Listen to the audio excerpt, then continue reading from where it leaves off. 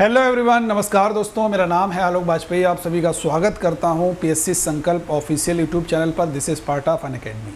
तो देखिए, आज हम जुड़े हुए हैं एक विशेष बात को लेकर के। जो वीडियो का री एग्ज़ाम हुआ है, उस री एग्ज़ाम से संबंधित क्या क्या महत्वपूर्ण न्यूज़ हैं। एक बड़ा ज़बरदस्त, आप लोग जब भी सर्च करते होंगे यूट्यूब पर या न्यूज़पेपर में या कोई भी फेसबुक पे भी बहुत सारे लोगों ने अपडेट कर दिया, इंस्टाग्राम पे भी बहुत सारे लोगों ने अपडेट कर दिया कि सर क्या एग्ज़ाम कैंसिल होगा। तो इसके ऊपर बात करेंगे। दूसरी बात कि कितने लोगों ने परीक्षा छोड़ी है और कितने लोग परीक्षा में उपस्थित हुए हैं, और कट ऑफ जो है वो कितना जाना चाहिए, क्योंकि जो कारण है कट ऑफ कम जाने के, उसके आधार पर भी हम लोग यहाँ पर बहुत सारी चीज़ें देखने वाले हैं। तो सबसे पहले तो एक बार वीडियो को शेयर कर दीजिएगा आप सभी लोग। और अनअकैडमी पर किसी भी कोर्स का अगर आप लोग सब्सक्रिप्शन लेना चाहते हैं तो आप लोग मेरा रेफरल कोड प्रयोग कीजिए ABSIR10। Uttar Pradesh state exam में आप सभी लोग आइकॉनिक सब्सक्रिप्शन प्राप्त कर सकते हो, ये सारे फीचर्स के साथ में। और ये बहुत सारे बैचेस शुरू हुए हैं UPPSC के लिए। विजयपद बैच है, समर्थ बैच है, मकसद बैच है, मंजिल बैच है। इन सभी बैचेज में आप लोग इनरोलमेंट कर सकते हैं। कोड लगाना है ABSIR10 यानी कि ABSIR10 कोड लगा करके डिस्काउंट प्राप्त कर सकते हो। अब आ जाते हैं अपने टॉपिक पर। वीडियो री एग्ज़ाम, कितने लोगों ने परीक्षा छोड़ी है ना।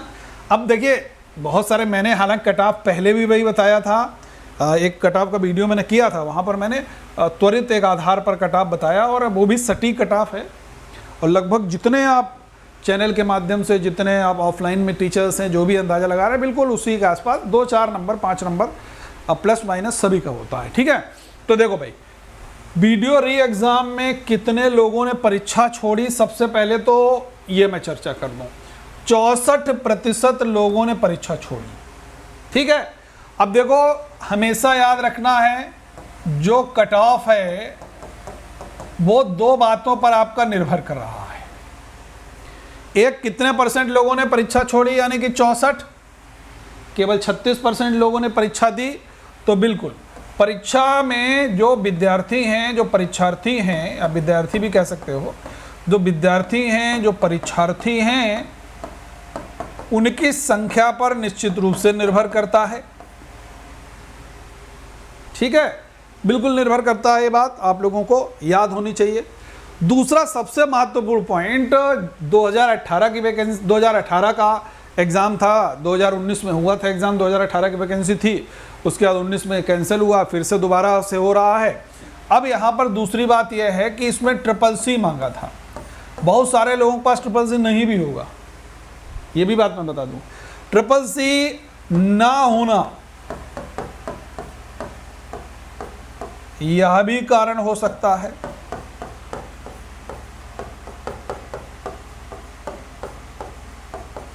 ये कट ऑफ 2 बातों पर निर्भर है। तीसरी एक सबसे बड़ी समस्या आ रही है कि परीक्षा हुई है 2 दिन, 26 जून को, 27 जून को। 26 जून को मॉर्निंग शिफ्ट अगर हम छोड़ दें, क्योंकि उसमें हिंदी का, जीके का, ये सब पेपर, रीजनिंग का सभी जो पेपर हैं बड़े आसान आए, तो ये अगर मॉर्निंग शिफ्ट छोड़ दें, 26 इवनिंग, 27 का मॉर्निंग इवनिंग, ये सब शिफ्ट विद्यार्थियों के अनुसार टफ हैं। विद्यार्थियों के अनुसार मैं इसलिए प्रयोग कर रहा हूँ, जितने भी लोगों से मैंने 50 लोगों से, 100 लोगों से, 200 लोगों से बातचीत की, उसके आधार पर मैं बता रहा हूँ आपको कि लगभग ये इसके मुकाबले काफ़ी टफ है। ये बात विद्यार्थियों को बड़ी चिंता में डाल रही है कि सर हमारा क्या होगा, हमारा 27 को बड़ा टफ पेपर था। GS हिला नहीं, जैसे बहुत सारे विद्यार्थियों ने कमेंट भी किया था, सर आप जो हैं वो GS का बता रहे हैं, इतना जाएगा, GS का अगर आप पेपर दिए होते तो बताते आप। ऐसा विद्यार्थियों ने कहा था। तो देखो, बिल्कुल यार, एक बात तय है, नॉर्मलाइजेशन होगा, नॉर्मलाइजेशन होगा। उस नॉर्मलाइजेशन में आप ये मान लीजिए अगर बहुत वेरिएशन है तो 8 से 10 अंकों का अंतर पढ़ना ही पढ़ना है।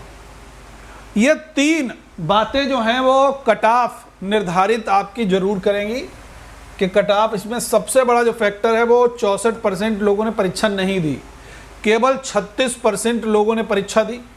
ठीक है, और पोस्ट है 1953। कितने पद हैं? पद है आपके 1953 पद हैं। तो इसी के अकॉर्डिंग मैं बात कर रहा हूँ। अब देखिए एक बड़ा कमाल का मैं आपको यहाँ पर आंकड़े बता रहा हूँ। 14.5 लाख फॉर्म भरे गए थे, 18 वैकेंसी सी, 5 साल हो गए, बहुत सारे लोग नौकरी में लग भी गए, तो ऑब्वियसली खाली रह गए। 5 लाख प्लस मान लेते हैं, 5,15,000 के आसपास, 5,14,000 से 15,000 के आसपास जो है वो आपके विद्यार्थी बैठे हैं। 5,15,000 के आसपास विद्यार्थी इस एग्ज़ाम में अपीयर हुए हैं, बैठे हैं, परीक्षा दी है। अब्सेंट हो गए हैं भाई, यहाँ पर देखिए 9 लाख प्लस आपके एब्सेंट हुए हैं। तभी तो मैंने बताया ना, क्या बताया मैंने, 64 और 36, एक ऐसा अप्रोक्स आंकड़ा बता लीजिए। 36 जो हैं ये एब्सेंट हैं और 36% ने एग्ज़ाम दिया है, प्रेजेंट हैं, ये दोनों आंकड़े। ये सबसे बड़ा कारण होगा आपका कट ऑफ, ठीक है। अब मैं बड़ी एक आपको बहुत शानदार चीज़ बताता हूँ जो आपके लिए होने वाली है साबित कि कैसे सर ने इतना आंकड़ा लगाया होगा। अभी हम एक चार्ट बना करके आपको बताएंगे, लेकिन उससे पहले ये र्यूमर पे मत जाओ। अभी तक ये बात जो है वो र्यूमर है, अभी तक ये बात हम र्यूमर मान रहे हैं। हालांकि बहुत सारे लोग पकड़े गए हैं, एसटीएफ ने भी पकड़े हैं, बहुत सारे लोग की अफवाह है कि पेपर जो है इतने रुपए में बिका, ये है वो है। अभी तक कुछ भी ऐसी सरकार के द्वारा बहुत पुष्टि नहीं हुई है फिलहाल। ये हम देखेंगे आगे, सरकार का जो भी कमीशन का निर्णय होगा वो सर माथे आपको लेना ही पड़ेगा, मुझे सर माथे लेना पड़ेगा। लेकिन अभी फिलहाल इस बात पर बिल्कुल भी विचार करने की ज़रूरत नहीं है, नेगेटिव नहीं होना है। इस बात को हम काट कर देते हैं। मैंने इसलिए लिखा ताकि बहुत सारे लोगों के मन में है, बहुत सारे लोग कहते हैं सर पेपर कैंसिल होना चाहिए। ठीक है, अब देखो 3 चीज़ें समझोगे यार, होगा नहीं होगा ये तो बात की बात है। पहले नहीं हुआ तो क्या करोगे, जीके, रीजनिंग और हिंदी बहुत ध्यान से समझिएगा, क्योंकि पिछली बार जनरल का कट ऑफ जो गया था वो 211 गया था। ये आपको मैं बता दूं, जीके में जो प्रश्न करने वाले का जो एवरेज है वो 40 प्रश्न, ठीक है। ये 40 प्रश्न करके आए, गलती कितने हो गए, 10 से 15 क्वेश्चन नॉर्मली सबके गलत हो गए। 10 से 15 क्वेश्चन नॉर्मली सबके गलत हो गए। तो यहाँ पर सही होने का जो परसेंटेज है वो कितना है, जब 40 में 15 यानी कि हम मान लेते हैं कि 20 से लेकर के 27-28 तक मान लेते हैं। यहाँ पर एक आंकड़ा है, 20 से कम भी कुछ लोगों के 2-4 क्वेश्चन कम भी हो सकते हैं। रीजनिंग में अगर हम बात करें, इसमें भी माना जा रहा है कि जो है वो 40 से 45 के बीच में किए हैं। 45 नॉर्मली लोग किए हुए हैं, लेकिन 45 से ऊपर बहुत कम विद्यार्थी गए हैं, तो 40 से 45 मान लेते हैं। इसमें भी लगभग 8 से 12 क्वेश्चन के बीच में विद्यार्थी गलती किए हैं, ठीक है। और इसमें मैंने 10 से 15 कम बताया, आप 10 से 18 मान सकते हो, इसमें बहुत गलती किए हैं लोग, ठीक है। हिंदी में 45 का एवरेज है, ठीक है, 45 का एवरेज है। इस हिंदी में भी आपके जो विद्यार्थी गलत हैं वो 5 से 10 के आसपास गलत हैं क्वेश्चन। अब यहाँ पर आप देखोगे कि जो 8 से 12 अगर गलत कर दिए तो यहाँ पर क्या आंकड़ा निकल के आ रहा है, यहाँ पर आपका आंकड़ा निकल के आ रहा है, मान लेते हैं हम लोग कि 35 जो है वो आपके मान लेते हैं हम 30 से 35 के बीच में क्वेश्चन,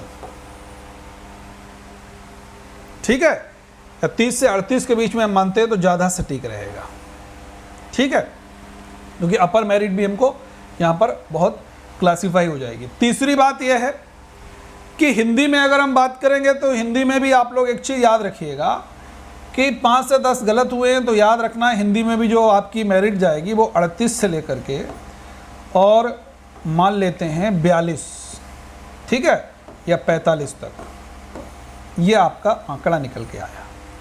अब इसी से आप एक कट ऑफ निर्धारित कर सकते हो। ये प्रश्नों की संख्या मैं बता रहा हूं, अंक मत समझिएगा, प्रश्नों की संख्या, और एक प्रश्न 2 अंक का है।